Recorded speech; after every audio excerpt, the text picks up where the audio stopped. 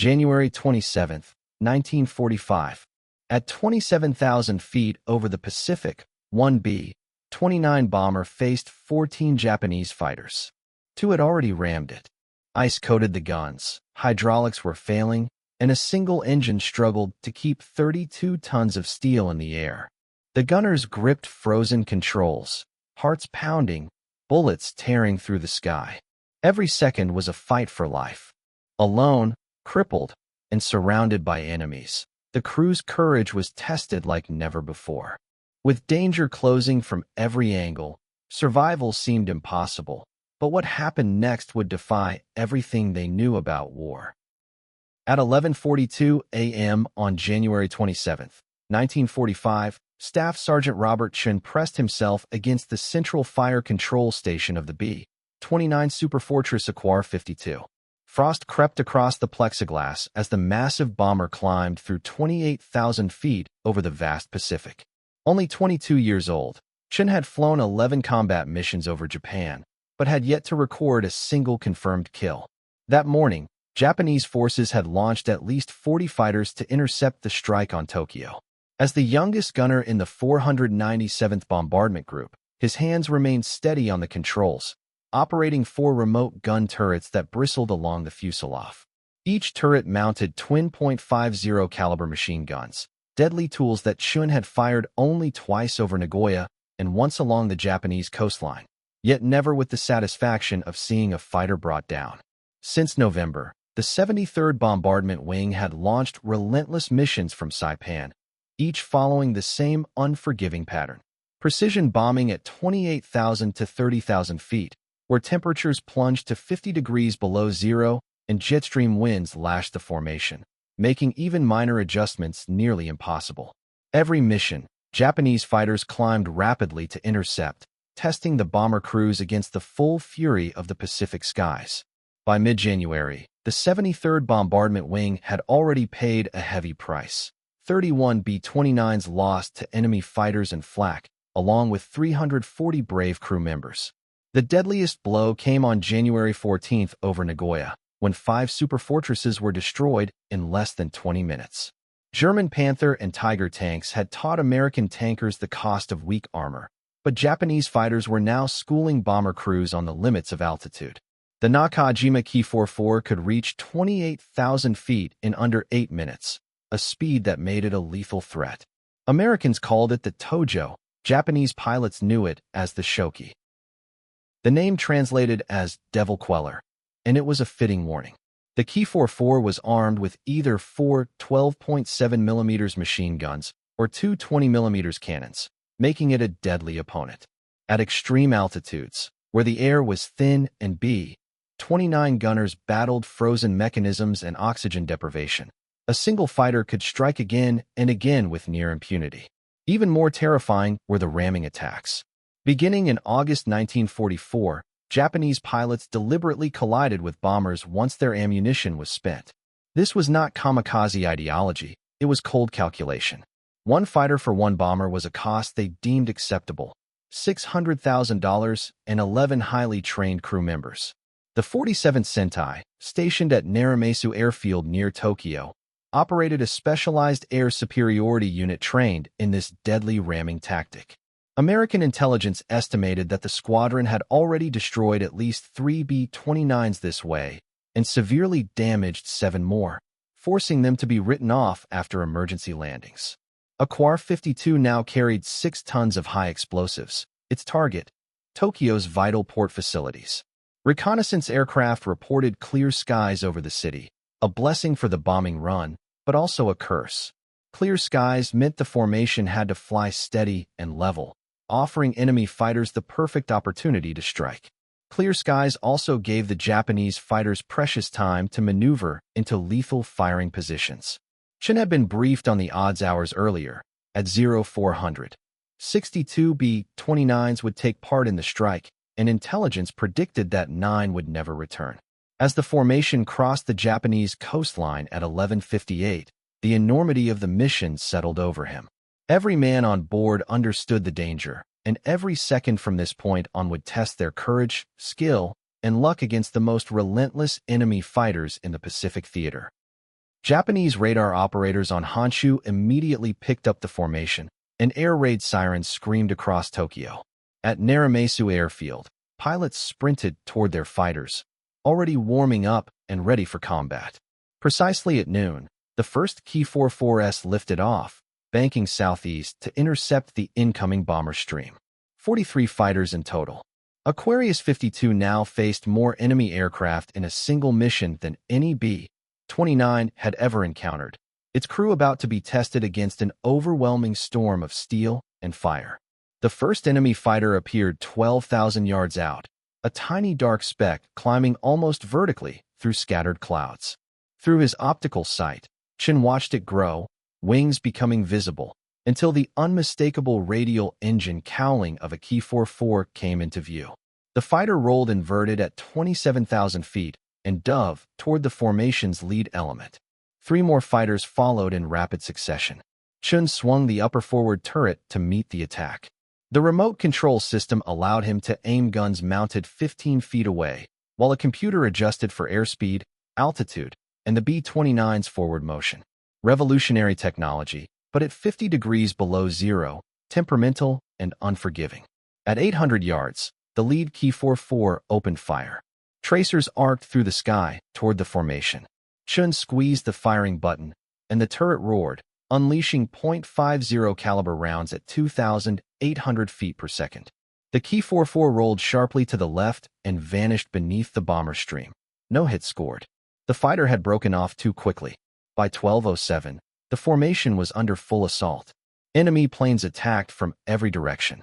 Standard tactics called for high-side passes from 11 o'clock, diving at 400 miles per hour before braking hard left or right to avoid the B-29's concentrated fire. Close-range attacks were rare, except in ramming maneuvers.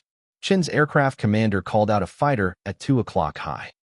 Rotating the upper turret, Chen tracked a Ki-44 preparing a deadly beam attack at 700 yards.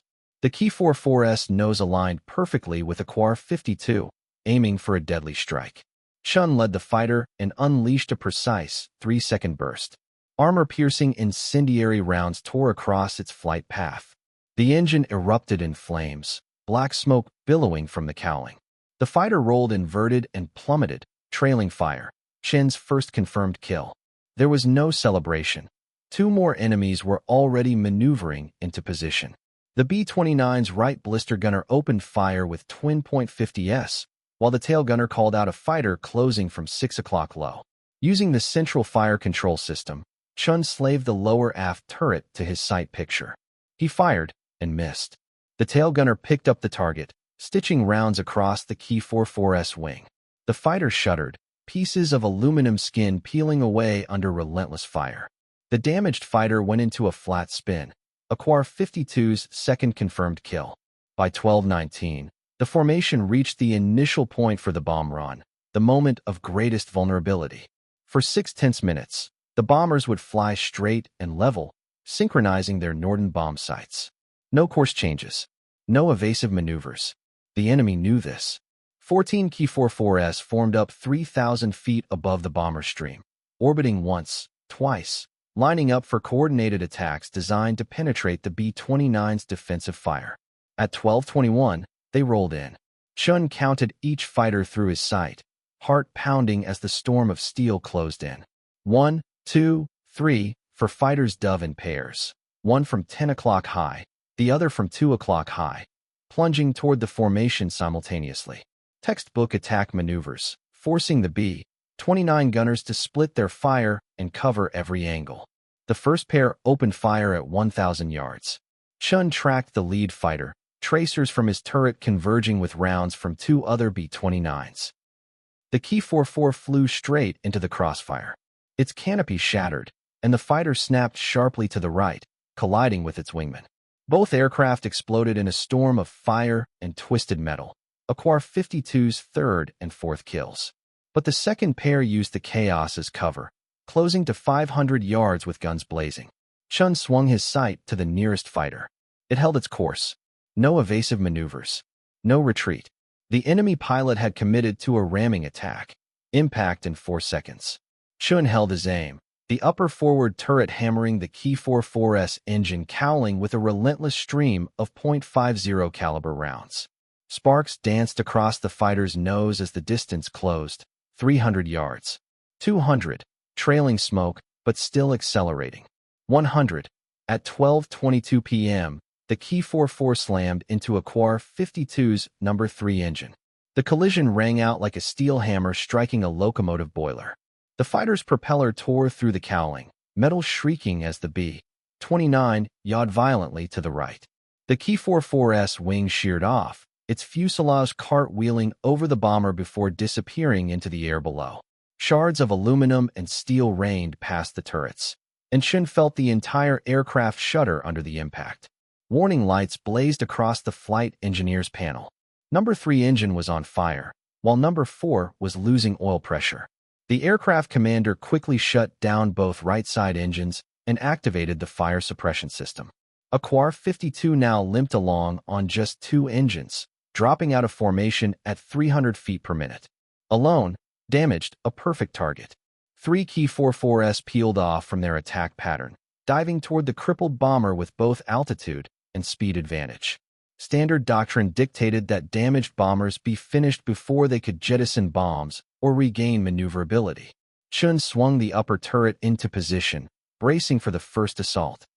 A Ki-44 dove from 1 o'clock high, closing fast, 1,000 yards and shrinking. Chen steadied himself, waiting as the targeting computer calculated a firing solution on the maneuvering fighter. 3 seconds felt like an eternity. 800 yards. The enemy's nose lit up with cannon fire, rounds punching through Aquar 52's left wing. Hydraulic fluid sprayed from severed lines, steam and sparks mixing in the frigid air. At 600 yards, Chen fired a controlled 4-second burst. Tracers struck true, the Ki-44's canopy shattered. The fighter rolled left, tumbling through the sky, trailing debris. Aquar 52's 5th confirmed kill. Another attacker emerged from 5 o'clock level. The tail gunner engaged first, twin .50's hammering for 6 seconds. The Ki-44 cut through the tracer stream, still closing, 400 yards and gaining. The tail gunner's weapons went silent, ammunition completely spent. Chen quickly slaved the lower aft turret to his controls, though the mechanical linkage responded sluggishly. Hydraulic pressure was dropping across every system. Forcing himself to stay calm, he tracked the incoming Ki-44 manually and fired a precise 2-second burst. The rounds tore through the fighter's left wing, which folded upward under the stress.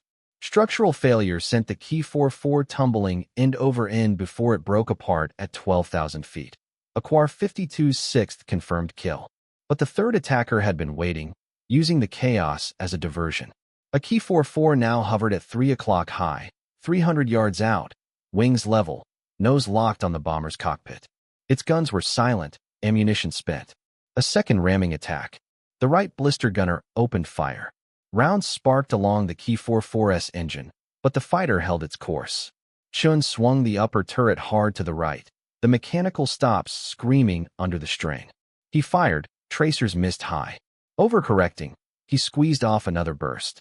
This time, rounds stitched across the fuselage. The Ki-44 shuddered but stayed on target. At 100 yards, 50 impact, the fighter slammed into Aquar 52's No. 1 engine. The propeller disintegrated instantly, shrapnel tearing through the wing. The No. 1 fuel tank ruptured, spraying aviation gasoline into the slipstream. The Ki-44's fuselage split in half. The tail section tumbled over the B-29's flight deck, while the engine and cockpit section smashed into the left wing, ripping a 6-foot hole in the leading edge. Aquar 52 now limped on a single functioning engine. No. 2, descending through 18,000 feet, airspeed dropping below 160 miles per hour, a wing leaking precious fuel. The hydraulic system was failing, and 12 more Japanese fighters were forming a third wave. Chen's hands were numb, the temperature inside the unpressurized gun station plunging to minus 62 degrees. His oxygen mask had frozen to his face, ice crystals coating the optical sight. He scraped them away with a gloved thumb and locked onto the incoming attackers. The 12 Ki-44's split into 3 groups of 4, executing classic wolfpack tactics. One feinting high, another striking low, and the third poised to exploit any gap in the bomber's defense.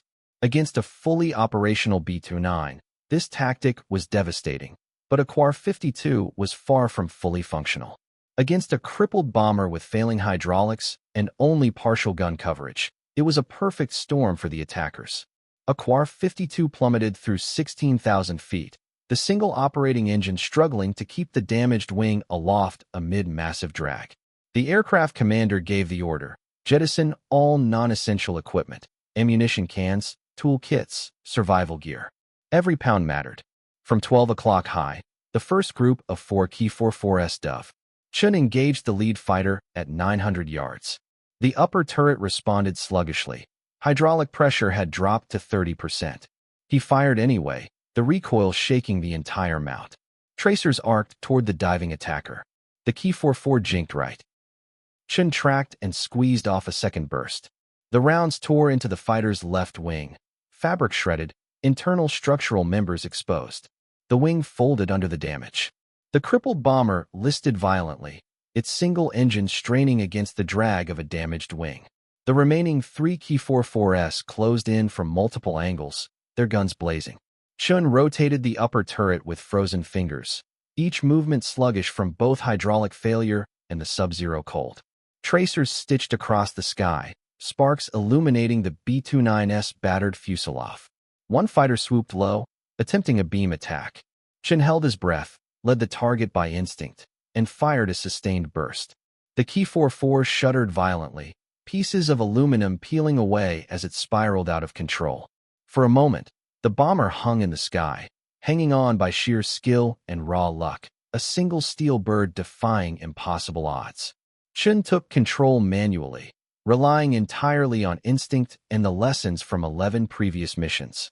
He fired, a short, precise burst that struck low, sparks flying off the Key-44's belly. The fighter veered hard left, smoke trailing from its engine. Probable kill. Without pause, Chen shifted to the next target, a Key-44 diving almost vertically from 400 yards out. He unleashed a 6-second sustained burst, his gun barrels overheating despite the sub-zero temperatures. Tracers streaked across the sky, each round hammering the fighter's engine cowling. The propeller ceased spinning, windmilling uselessly, and the fighter's nose plummeted. It passed beneath Aquar 52's left wing at 200 miles per hour before vanishing into the clouds. 8th confirmed kill. Amid the chaos, a 4th Key-44 maneuvered into position for a beam attack from 9 o'clock level, closing to 500 yards. The left blister gunner opened up with his twin .50 caliber guns.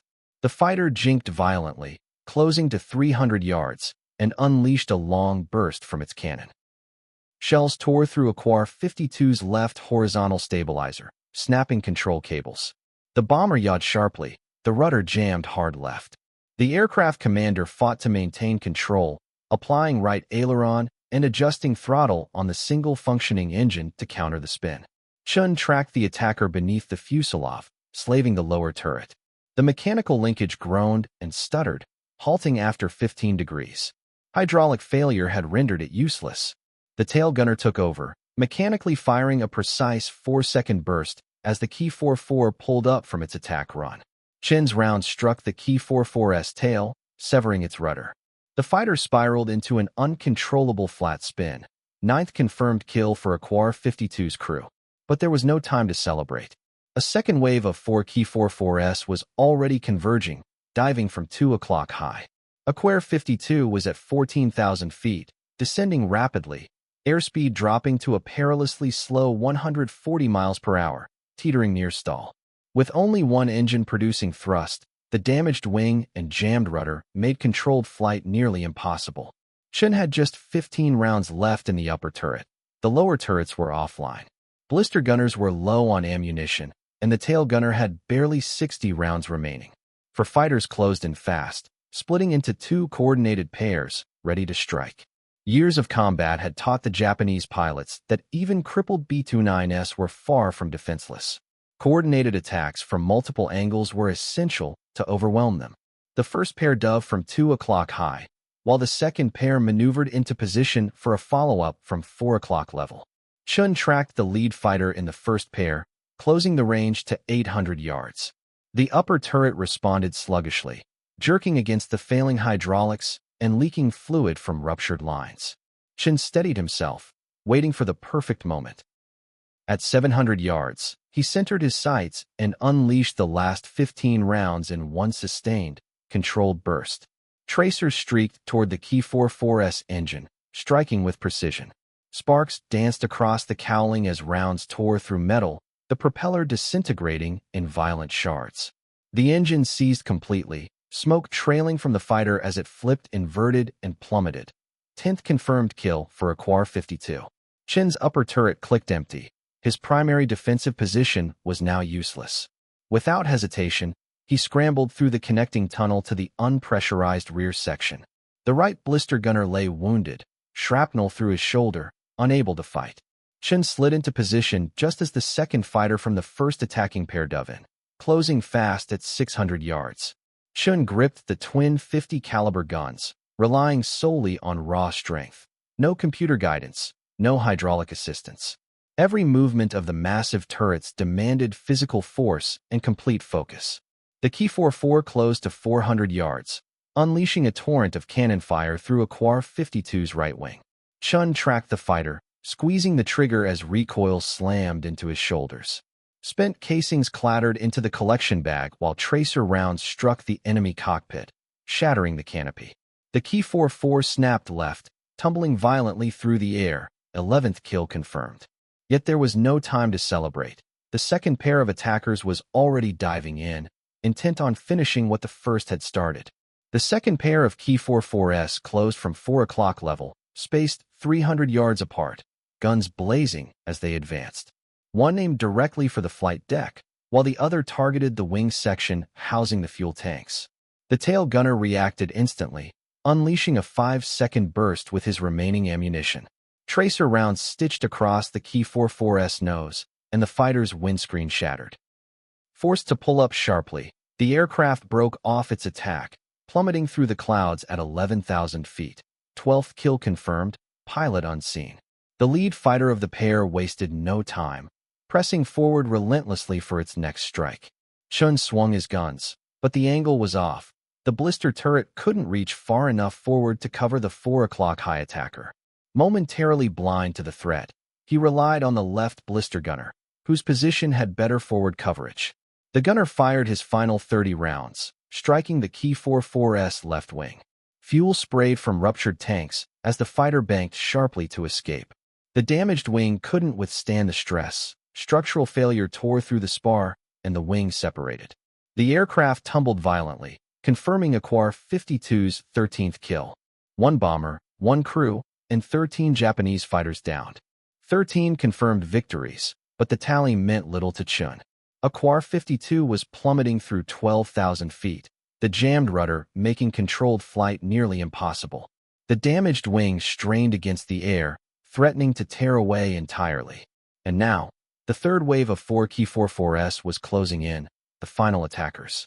Japanese pilots operated under severe fuel limitations. The Superfortress combat radius at full power was roughly 200 miles.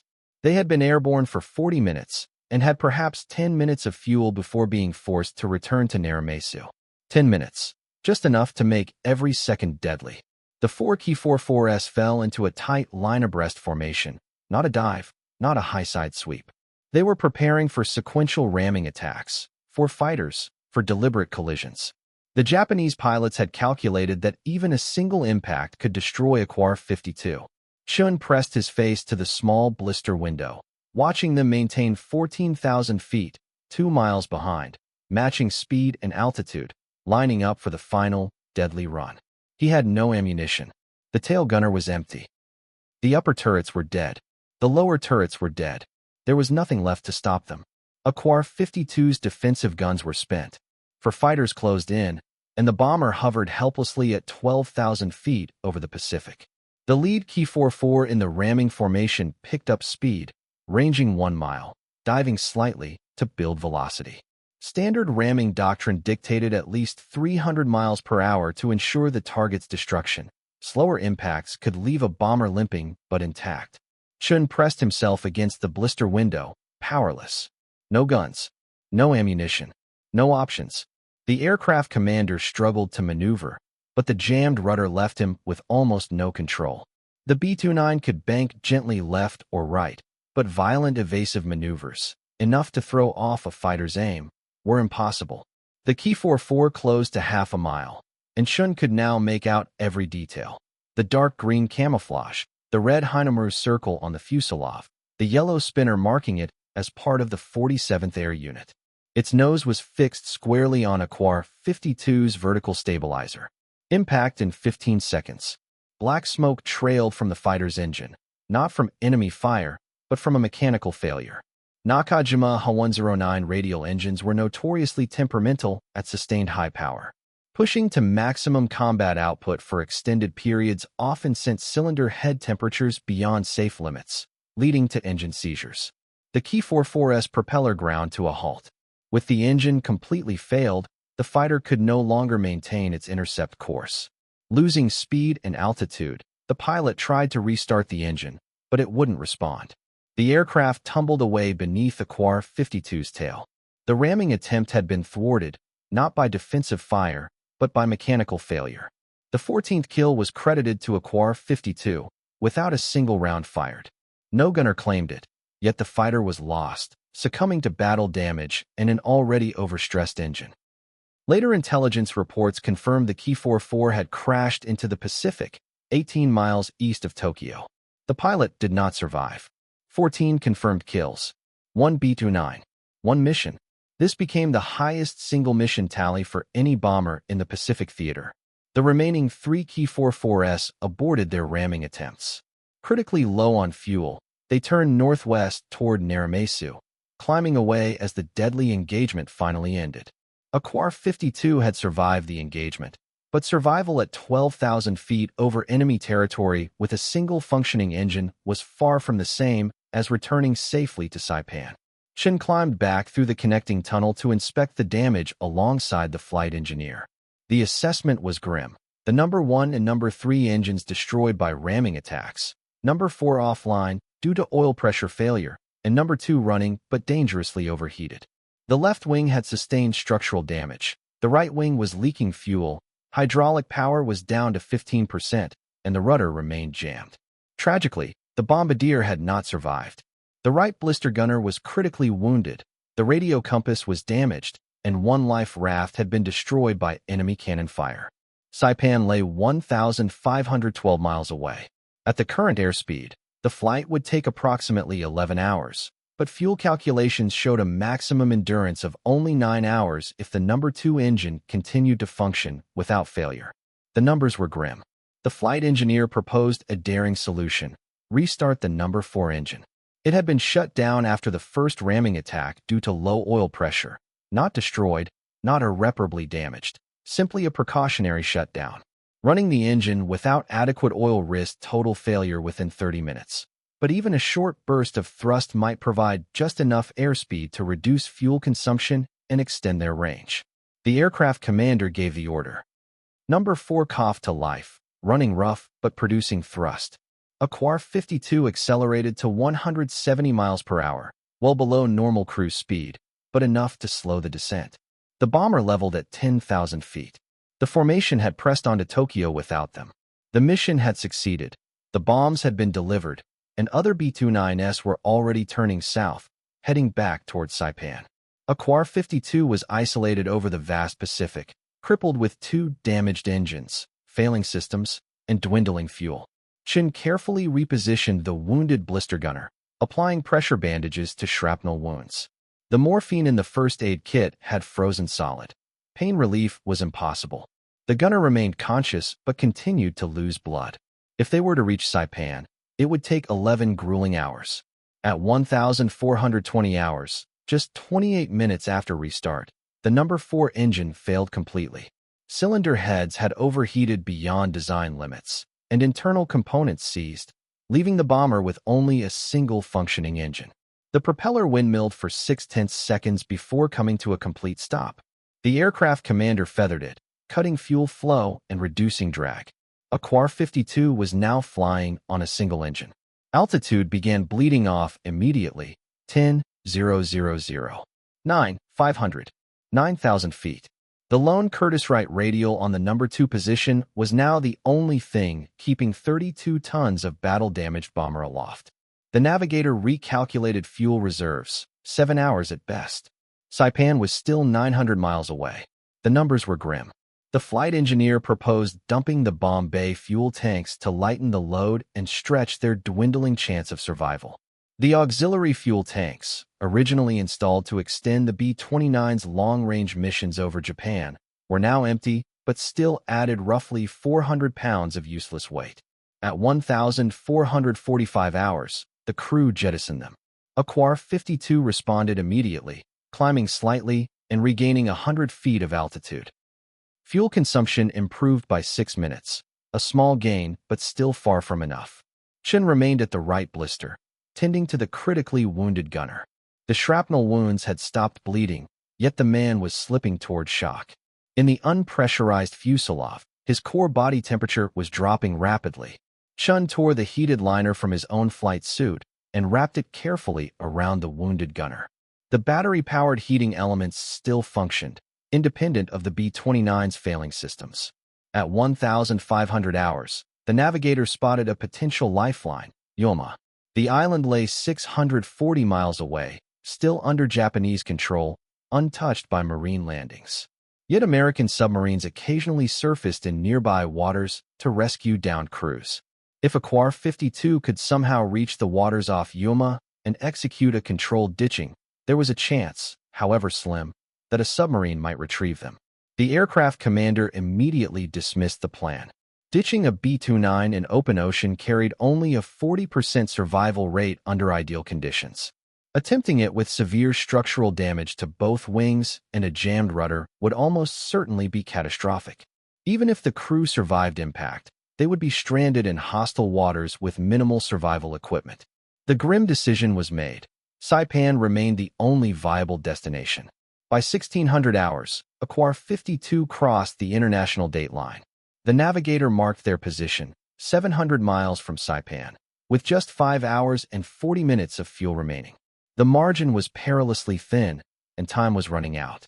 The flight engineer began systematically shutting down all non-essential electrical systems, navigation lights, cockpit instruments, heating elements, and interior lighting. Each system drew power from the single functioning engine, and reducing the load eased its strain and improved fuel efficiency. Inside the unpressurized fuselage, temperatures plummeted to -40 degrees. By 1730, a formation of fully operational B-29's that had completed the Tokyo mission passed overhead at 18,000 feet, maintaining tight formation and cruising at 270 miles per hour. Aquar 52, damaged and struggling at 8,000 feet, limped along at just 160 miles per hour. At that rate, the flight to Saipan was projected to take 7 grueling hours, far longer than any of the healthy bombers overhead. Fuel exhaustion was projected in just 4 hours and 50 minutes. By 1800 hours, the right blister gunner had lost consciousness, his breathing shallow, pulse faint. Chen remained at his side, monitoring him constantly, but medical options were limited to the frozen morphine cartridges and improvised pressure bandages already in use. At 1845, the number 2 engine began running rough. Cylinder head temperatures climbed into the red zone, and oil pressure fluctuated unpredictably. The engine had been pushed at maximum continuous power for nearly 7 hours, far beyond the Curtiss-Wright R-3350 radial's rated 4-hour limit under normal conditions. And these were anything but normal conditions. The flight engineer eased the throttle to preserve the struggling engine. Airspeed fell to 150 miles per hour. Fuel consumption improved slightly, but the estimated time to Saipan stretched even further. By 1900 hours, the navigator calculated they were still 400 miles from the island, with only 3 hours and 20 minutes of fuel remaining. The numbers were still impossible, but slowly closing. At 2000 hours, the right blister gunner ceased breathing. Chen fought to resuscitate him, but the frozen air and heavy flight suit made chest compressions nearly futile. After 4 grueling minutes, the flight engineer reluctantly called time of death. The body remained where it was. Moving it would have drained precious energy the crew needed to survive. The number 2 engine labored on, cylinder heads glowing red, oil pressure wavering between 40 and 60 psi, but it held. Minimum acceptable oil pressure was 50 psi. The engine teetered on the brink of catastrophic failure. At 2100 hours, the navigator spotted distant navigation lights. A Navy destroyer patrolled 20 miles south of Yuma. It could offer no assistance, no fuel, no lift, yet its presence confirmed the navigator's calculations were correct.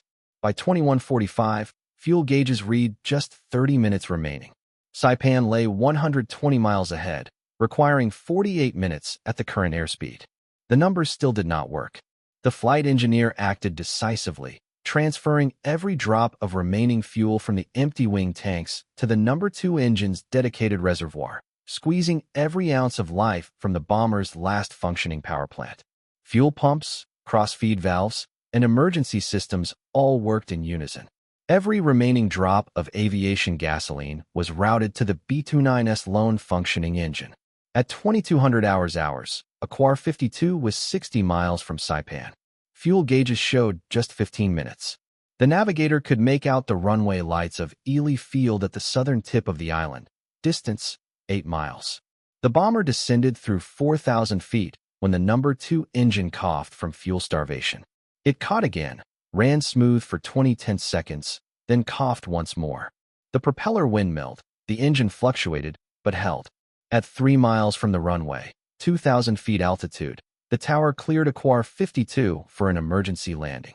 Crash crews stood ready, hearts braced for impact. Ambulances were positioned along the runway, ready for the worst. The landing gear refused to extend.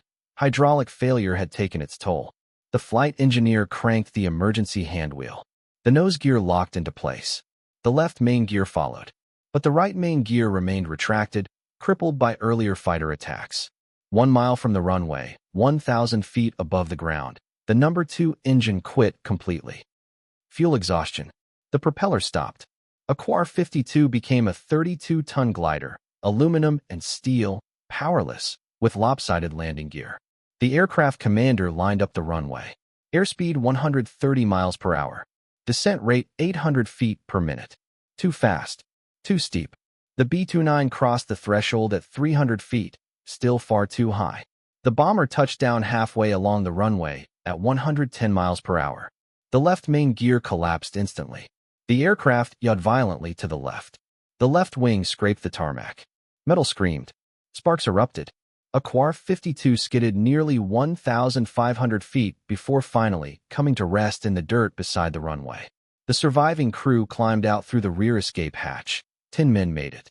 The bombardier and right blister gunner had not survived. The aircraft was declared a total loss. The structural damage was beyond repair. Yet in that single, harrowing mission, Aquar 52 had flown 1,512 miles on a single engine, shot down 14 Japanese fighters, survived 2 ramming attacks, and brought 10 men home. If this story moved you the way it moved us, do us a favor, hit that like button. Every single like helps YouTube share this story with more people who deserve to hear it. Hit subscribe and turn on notifications so you don't miss the forgotten stories we uncover every day. Tales of crews, gunners, and pilots who fought with courage, skill, and determination. Drop a comment right now and tell us where you're watching from. United States, United Kingdom, Canada, Australia? Our community spans the globe. You're not just a viewer, you're helping keep these memories alive. Tell us if someone in your family served. Let us know you're here. Thank you for watching, and thank you for making sure Staff Sergeant Chen and the crew of Aquar 52 are never forgotten. These men risked everything, and your support ensures their heroism echoes through history.